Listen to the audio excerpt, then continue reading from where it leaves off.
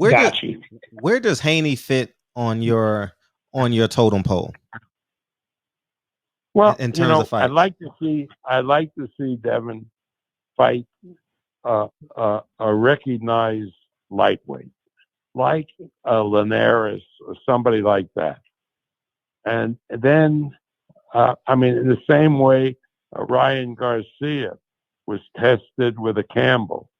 I'd like Haney to get tested, and then if he comes through and the numbers align, Haney would be great either against Ryan Garcia for Golden Boy or uh, Haney Tiafimo.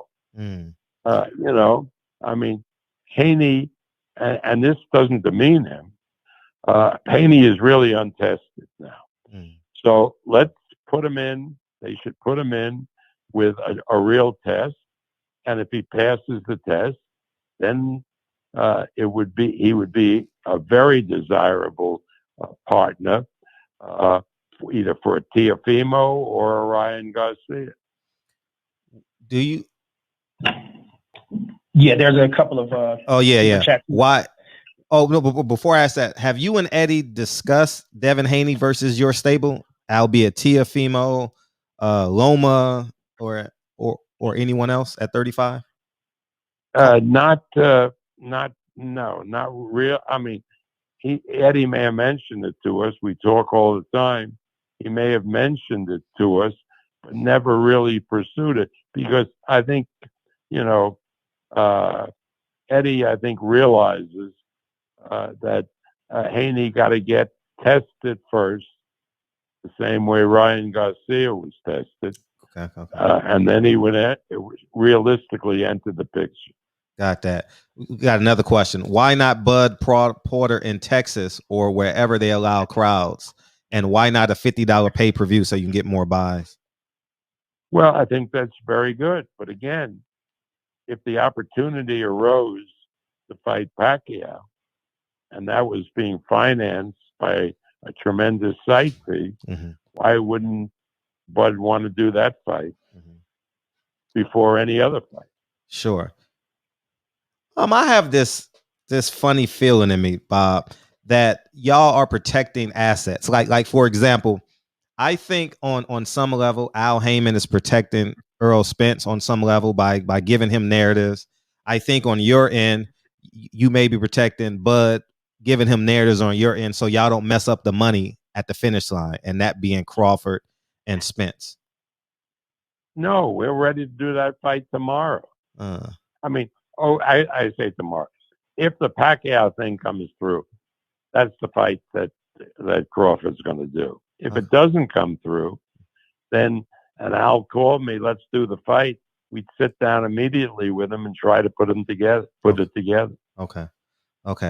You got another question from the fans. What happened to the December 12th or 19th possible fight date for Wilder Fury 3 in Las Vegas at Allegiant Stadium that everyone was on board, quote from y'all, with, and what caused those dates not to happen? Okay, two things happened. One, both Fox and ESPN informed both sides that they wouldn't do the fight on December 19th because of all the football conference championships on that day. December 19th, as you remember, I think there were 5 big conference championships on that day, and there was no room for a fight. So, again, our two partners in distributing the fight didn't want to go on December 19th. Secondly, and even as important, we were going to do that fight in Allegiant Stadium, and the governor said, no. There hasn't been any event, fights or concerts or whatever in Nevada up until now. And so it became clear that we could do it in Allegiant Stadium, but for an empty stadium, which made no sense. In other words, how are we going to pay the fighters? If the two distributors didn't want to do it on December 19th and there was no gate, Well, I was going to put it in my backyard. I mean, it made no sense for anybody. DB. Well, how big is your backyard, Bob? Well, I think at least we can put a ring in there. How about your house? How about the home in Beverly Hills, man?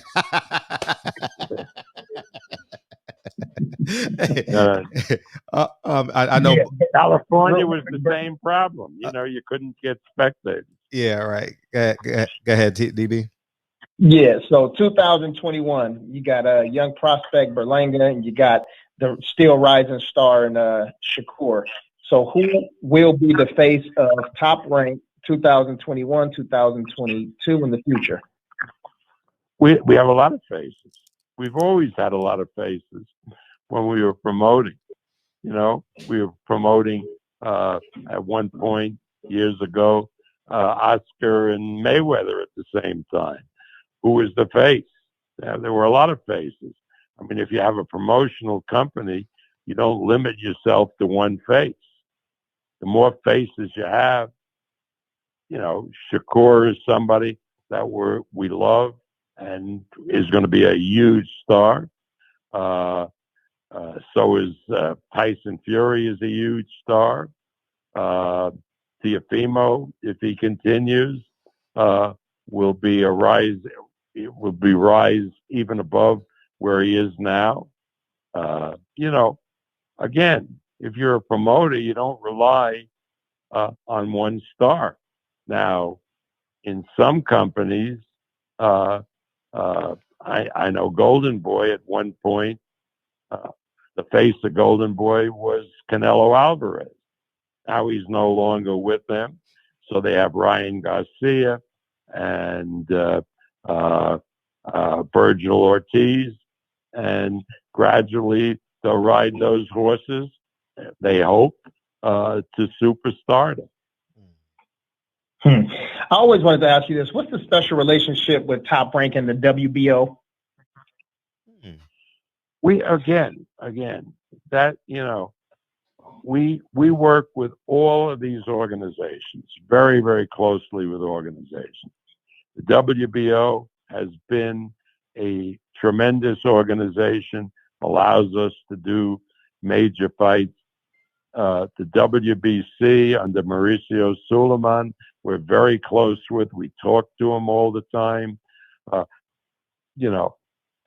WBA, my knock on the WBA is I don't believe in having a million champions in every weight division. That diminishes the value of a championship in the WBA. But we have a lot of fighters who are champions in the WBA. And the IBF is a very good organization, but they kill you with these mandatories. I mean, as an example, you remember a little while ago, they had this Thai guy who was the number one, and they made Josh Taylor, who we had just signed, fight the Thai guy. And because it was a mandatory, we had to do the fight. And it cost us a lot of money. We did the fight, and it didn't last one round. So again, I think that forcing these mandatories, which they do under their rules, is not good for us and not good for boxing. And they're a very honest organization, the IBF, but they got to really change their rules.